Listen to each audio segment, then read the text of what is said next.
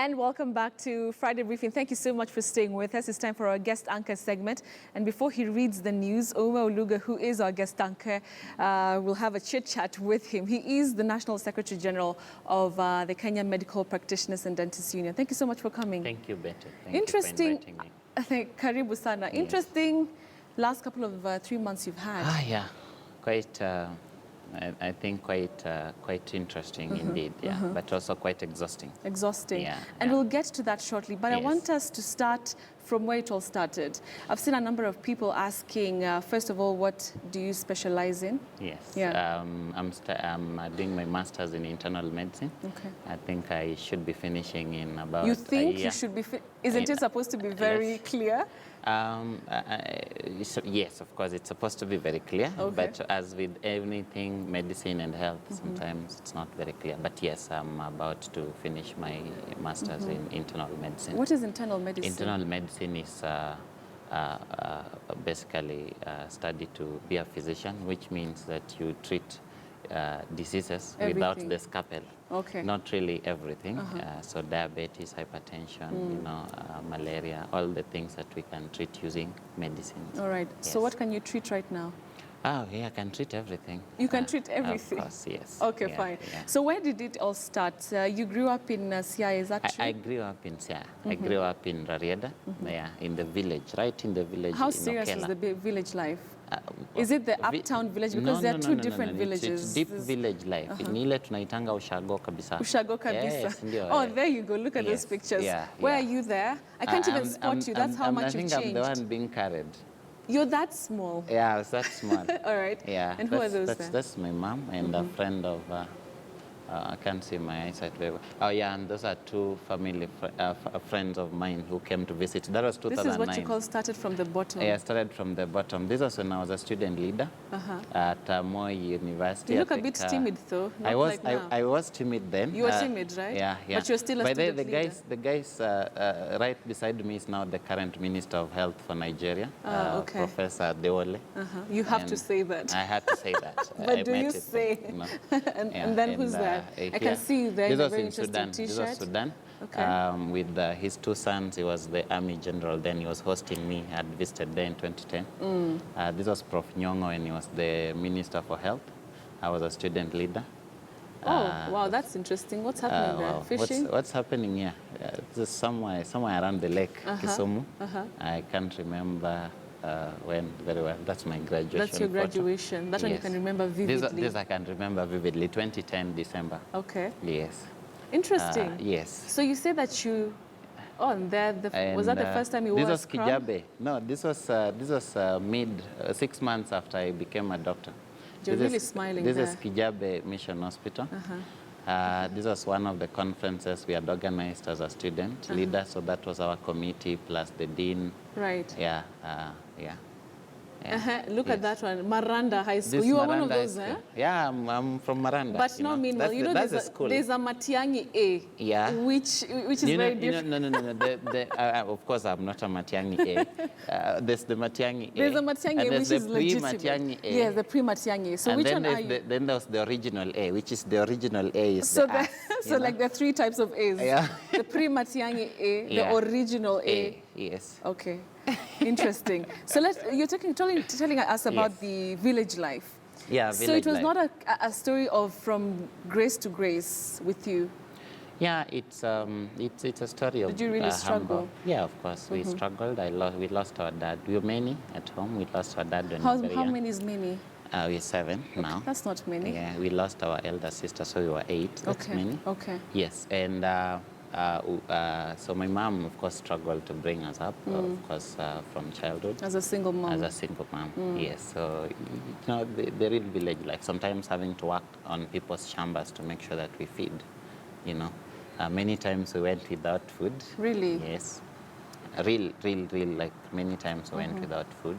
Sometimes just a porridge. Just you know, porridge. white porridge, you know, with no sugar, you know. With no sugar. Yes, And at that time when you're growing up, did you really at that time aspire with the life that you were living, the environment, Yeah. the situation, did you really think you'd ever be a doctor?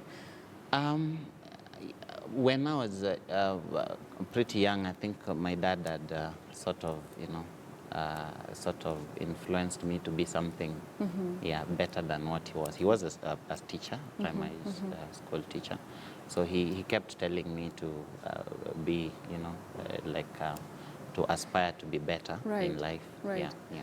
So let's talk about then your childhood. Then you grow up, you go to Maranda High School. Yes. Very proudly, I can see that smile you have. Oh yeah, And Maranda, then, I'm very proud by the way. I'm a very proud alumni of Maranda. Everybody is a proud alumni. Everybody that I know from Maranda, they're proud. I don't think there's anybody who's disgruntled. But then, speaking about, your transition now to high school, who was paying for the fees? And I can imagine, studying for medicine is not cheap. Yeah, so we had an education trust fund, which my dad, I went to, he died 2 years before I went to high school, but apparently he had some education fund for us. Oh, wow. So that paid us my school fee up to Form 3, and then the fund went dry. So in Form 4, the school board, led by the principal, actually paid my school fee. Oh, wow. The board of Maranda paid my school fee in Form 4, and I'm very grateful to them. Is that because maybe you're an A student and they saw some potential in you? Yeah, the decision, of course, was made when I was the best student in what they used to call the Science Congress, which happened in Mombasa. So I was the top student in the country in that category. So when I came back, I think the school was very proud. So they wanted to alleviate my suffering with the school fees. You're suffering with the school fees. Yes. And then now you get into Then I get into medicine university. school. Yeah. So medicine school I think has been the best part of my life. Lots of opportunities. Of course, medicine is not very easy. It's quite challenging, time consuming, but I think I did my best in school, participated in a lot of activities, and I think this is something I would also wish to encourage university students. Don't just sit there. There are a lot of things to do. So I was in student leadership. I participated in community projects. We used to do a lot of cervical cancer campaigns and actually vaccination. We were supported by some companies. And I also managed to travel around because of the same activities. So I think it was quite a fulfilling life in the university. All right, and let's talk about the time that now you are an intern. Was it at Kijabe Hospital? At Kijabe Hospital. So how does it feel? Finally, you've been going through this hectic schedule. You've gotten to where you've been with all the hardships. Then finally, you're an intern at at Kijabe Hospital, which was really one of the best hospitals. How was that feeling for you? And Kijabe is one of the busiest hospitals in this country. So you come from school, and then you're immersed into a very busy hospital. But I think Kijabe taught me two things: discipline and compassion. And for us, I graduated in December, and barely 3 weeks I'd already begun work in Kijabe. So and the work is so, it's 6 to 6, and sometimes you'd go 36 hours without a break, without changing your clothes. But it taught me a lot because it's. I think the teamwork there is just amazing, and I think that can be replicated all over in the country. So that's where I learned. That's why I started my medicine. And I think also it makes me have the hope that things can actually be better, because I don't think they have a lot of resources, but they do amazing work. But they do amazing work at Kijabe. And what then is your most memorable time, since you finished school, apart from the strike? Of course, that one is a landmark and historic time. But what else is most vivid to you and most memorable to you? Many things, but I think once I performed surgery with the Mulika Mwizi. That's, you own a Mulika Mwizi? I do. Oh, you still do? I do. You're kidding me. It's here. It's a Mulika Mwizi. Wow. Yes. But you have another phone, I'm sure. I have another phone. So why do you still have a Mulika Mwizi again? Because it's just like that. I've seen on the internet right now that your salary is quite fat right now. I mean, why a Mulika Mwizi? Or you just like the simple things in life? No, I am not. When it comes to phones, I'm not very fascinated. But seriously, you have to have another phone. I do have another phone. Okay, of course, just check. But still a simple phone. Another kabambe. Another kabambe. All right. I'm sure you have like 4 then. No. All right. So that story, I read it and it's very interesting. So you're performing a cesarean section, which is really critical. Yeah. And then the lights go off. Then the lights go off, and then So you're with, you know, in an operation, you're with 3 people. Yeah. So yourself, you're the one doing the operation, and then there's the nurse who is assisting, and then there's the person who is the running to give you Handing things over. handing things over. Right. The lights go off, and then you send these people, and then the generators are not coming on, and 5-6 minutes you're wondering what's going on, and then they tell you there's no fuel. But wait, what's Yes. happening there now? I mean, Yes. so everything has just stopped. Everything cannot just room. stop. Everything cannot stop. You know, a doctor has to do something. Yeah. But I mean, it's dark. Yes. It's dark, so you have to use light, and sometimes that light is that's where you start using a Mulikamwizi. Yes. That's where it comes in. Yeah, that's where it comes in. So you know, they put on the mulikamwizi and they just shine for you the operating area, and you proceed. Yeah, this happened in 2012 actually. Not too long ago. Not too long ago. So wait, and the baby and the mom, They are you fine, delivered by and the the way. baby was Yes. okay, The baby came was out okay. crying, Yeah, kawaida? yeah. Last year, I think I had tweeted that I had confirmed with the baby somewhere in Vihiga. They are very fine. 4 years old now. Oh, 4 years old. Yes. And apart from that, is there because that, I mean, is really one of the issues that you had with the strike. Exactly. Is there anything that is great that you remember or you have memory of in regards to your career so far? I think in regards to my career, the one thing I remember most is the way my career brings the human life to explanation in terms of from emotions of love to emotions of anger to emotions of when people are weeping, you know. So at one point you are enjoying with a mother who has just produced life, and at the other side there's someone who is grieving because they've lost their loved one, and you know this happens in splits of seconds, and you are the same person.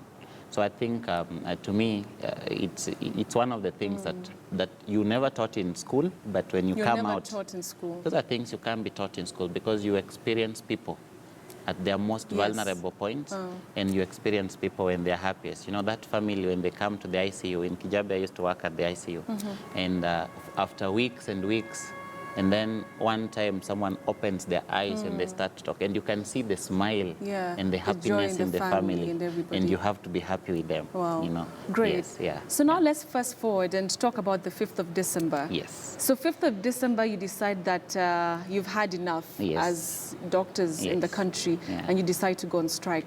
At that time, did you think that it's going to be a quick fix? Like all of us are out there, about 5,000 doctors.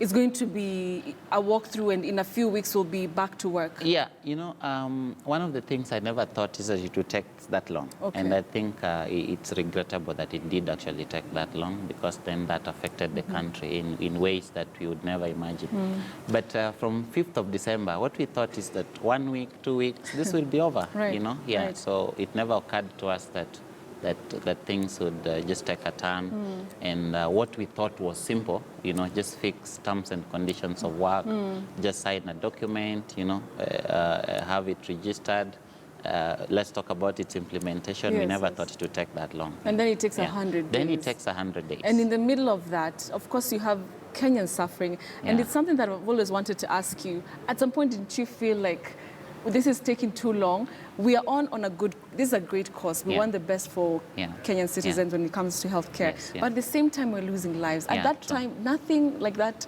You didn't feel some heaviness in your heart. We did. One time, actually, KTN ran a story about, I think it was far-flung counties, either Kwale or... It was Kwale, yes. So they ran a story about a lady who was struggling to access dialysis. And I saw, I have to confess, I don't watch news much. Wow. But I cover you all the time, but you don't watch news. No, because I was negotiating in that midnight when you are running the news. Okay. I'm still locked up That's an somewhere. interesting excuse, but anyway. So then I watched this story, and I think for the first time I found myself shedding tears. And she was crying. I remember the lady so well. And it's so sad, you know. And but you are caught up in these circumstances, and you ask yourself the question: we are on strike because of this lady. We are on strike because of this lady. If we ever went back, what would we tell her? Would we tell her that she will still suffer because we are now back at work, but we can't still offer this service because maybe the fluids for dialysis is not there, or machine now still keep traveling to Kenyatta when it can be done in Kwale, you know. So there, it's quite a mix of reactions. We feel equally sad. In fact, I did say that doctors understand patient suffering more than we imagine they do, because we interact with it on a daily basis. Right now, the strike is off. No one is talking about patient suffering, but doctors are seeing patient suffering right now, every single day. Yeah, but I think when doctors are out and then now it's being shown on television, then it becomes something grotesque for people. All right. And at some point, didn't you feel like, okay, maybe this has taken long, let's just call off the strike and just see what the government has to offer? Because you met the president. Yes, we did. In December, and that did not bear any fruit. I think it did bear fruit. Okay. Yeah, it a did, bit, because it did bear fruit. Not a bit. It did bear fruit a lot. But remember, after that meeting, it still took about 60 more days. Because there were inconsistencies in documentation. Yeah, there were inconsistencies in documentation. I think the president actually did show a lot of goodwill when we were in Mombasa. And there are a lot of things that we talked about. In fact, by the time we were ending the strike, even the things that he talked about were still not as documented as he did talk about them. So it did bear fruit. I think that is the one thing that has been very consequential. The president's intervention in this strike. It's the one thing that has been very consequential. But he was very stern at some point. He has been very stern. He's been very stern, and at some point also threatened the doctors. Yes. All right, let's also talk about the time in jail. That was one of the moments, and you're all over the newspaper, the dailies, and everybody was saying this is historic. Yes. I want you to talk to me about that experience. How was it? Did you feel like, yes, this was bound to happen anyway? Were you ready for it? We was from the beginning. We were set up to go to jail. From the beginning? From the beginning, because, the Council of Governors went to court, and when they went to court, they are not even the ones that were part of the dispute. They are not even the ones we gave the strike notice in the first place. So they went to court, and we were never served with those court papers, and the way things were going on, you are declared guilty, even without ever being heard. In fact, this is, I think, is the first court case that people are declared guilty without ever being heard. And then you are always attending court, and I think that's part of what prolonged the strike, in my opinion. And that's part of what really infuriated doctors, because doctors were just looking for an opportunity to determine their own destiny. But then we have all these people interfering, So I think we were determined to go to court. It was a setup, and it was meant to be a punishment. We forgive those people, but we'll never forget it. It was meant to be a punishment, but according to law, I mean, don't you think you were in contempt of court? We were not in contempt of court. If you look at the case very well, the case was determined to make us be in contempt of court. We are very law-abiding citizens.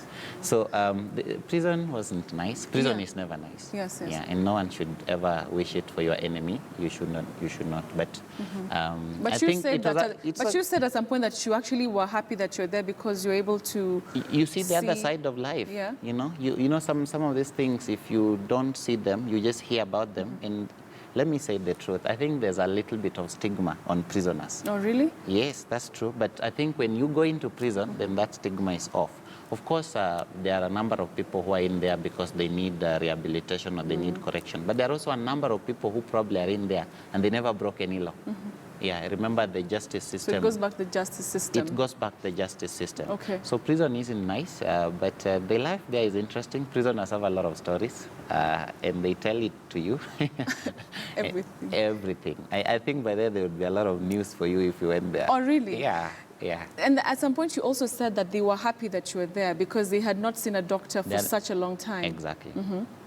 Yeah, so my 2 days, I just spent So are you visiting like the cells? How was it? Because for you, it didn't seem it was like it was like what they go through. It was a bit, a bit mellow. Yeah, because they treated us well. The prisoners themselves, I think, they treated us. You guys they well. Treated me particularly. Yeah. They treated me very well, and it was very busy because they want to talk to you, they want to explain for you their stories, their circumstances, but they also want treatment. So most of the time I spent at the clinic and the hospital. Treating? Yeah, treating people, Wow. even the wardens. Even the wardens? Even the wardens. Even the prison wardens. because even themselves, they come and they were seeking treatment.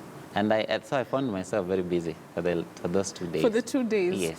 All right. Yeah. Let's now fast forward and talk about now, because this really, it's a story with so much interest. Yes. And right now you're waiting for the signing of the CBA. Yes. Can you say that what you agitated for the last 100 days, for the 100 days, you actually got? Because there are people who are saying that you really, at the end of the day, did not get what you had asked for in terms of salary, the salary rise and everything. The truth is that we are not yet where we set out to be. That's the truth. But I think we are well on that journey to getting there. The CBA that we negotiated that is about to be concluded, it's about just 37 days remaining, by the way, yes, has actually much more than what we set out in the CBA of 2013 from non-monetary and from those other issues of just improving patient life. Yes, yes. Yeah, much more. Yeah, so we negotiated for even better than we set out for. But the money, but of course, in terms of the money, yeah, of course, we never got there. But you know, as you said, this is something that's incremental. Do you think it's going to happen?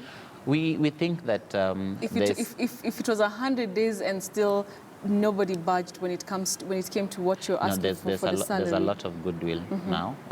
There's a lot of goodwill. We want to bank on that goodwill. You note what the president has said even recently.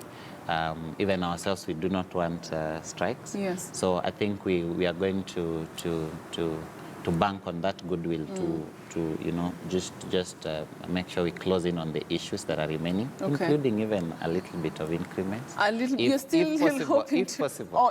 And you're very clear that it's possible. It's always possible. So those are things that we are going to do. But we are going to conclude this. The CBA will be registered soon, and then I think there will be a lot of peace in the health sector.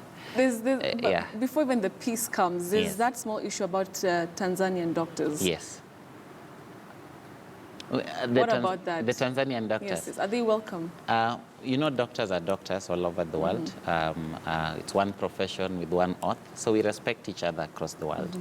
So we have no problem with our Tanzanian doctors. But I think the laws of the country itself, the Public Service Employment Guidelines, Immigration Act, talks about, first of all, if you are to bring foreigners, you must make sure that there is no local with the similar qualification who has been denied that opportunity. So the truth is that we have Kenyan doctors who have not yet been employed, and the other truth is that our hospitals are very understaffed.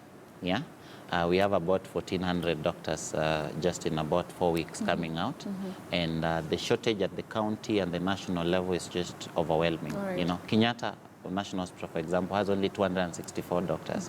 A hospital that should have at least 2,000 doctors, Kenyatta National Hospital alone. Yes. So I think there's a lot of room to employ our own doctors.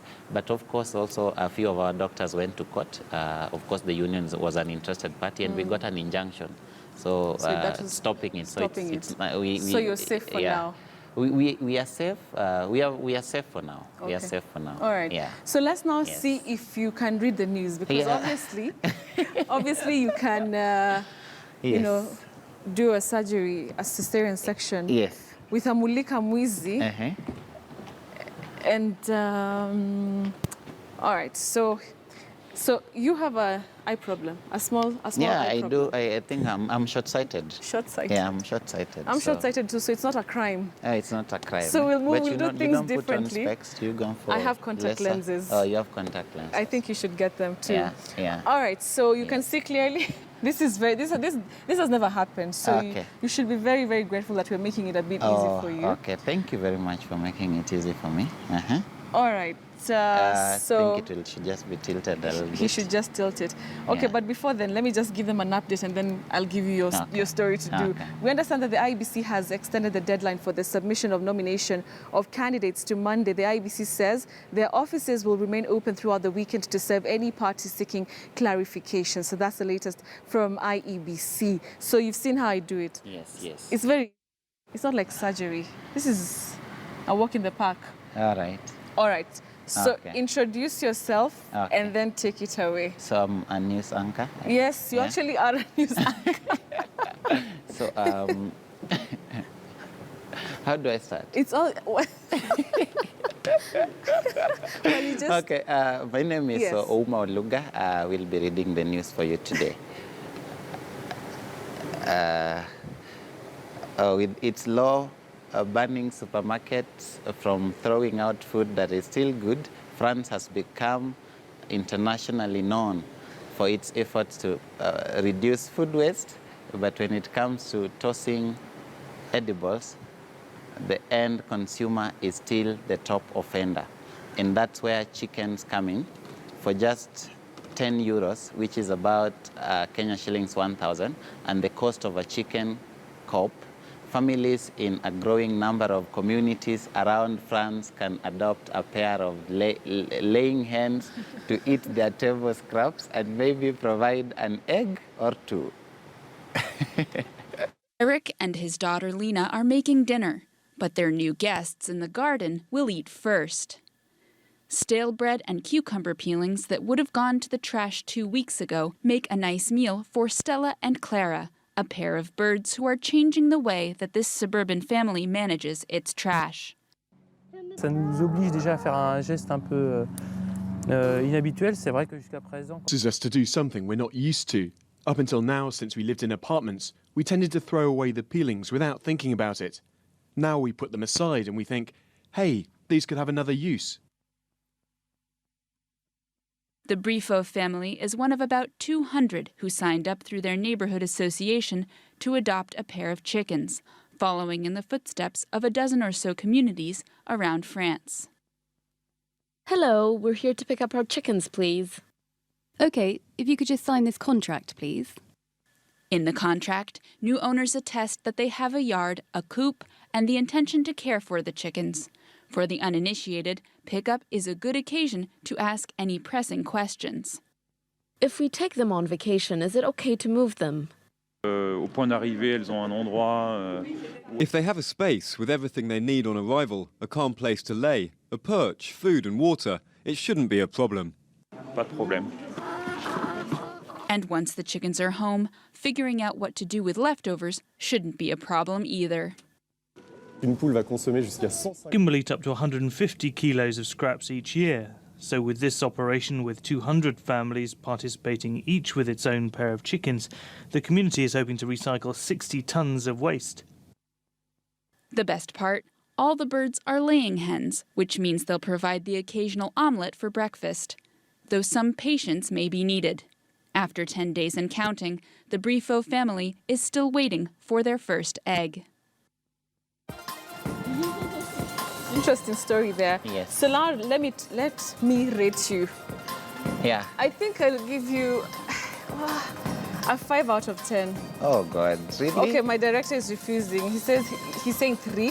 I'll stick to my. I'll say 5. Oh, I don't want when I come to hospital you I get treated last. I can't be that horrible. You can't be that but horrible. blame it on my eyesight. On your eyesight. Yes. So tell me what you think. How did he fare in his shot at guest anchoring? All right, so we'll be coming back. But for now, what do we do? When we are back, business news. For now, we are taking a commercial break. Thank you. Okay, thank you too. You can actually...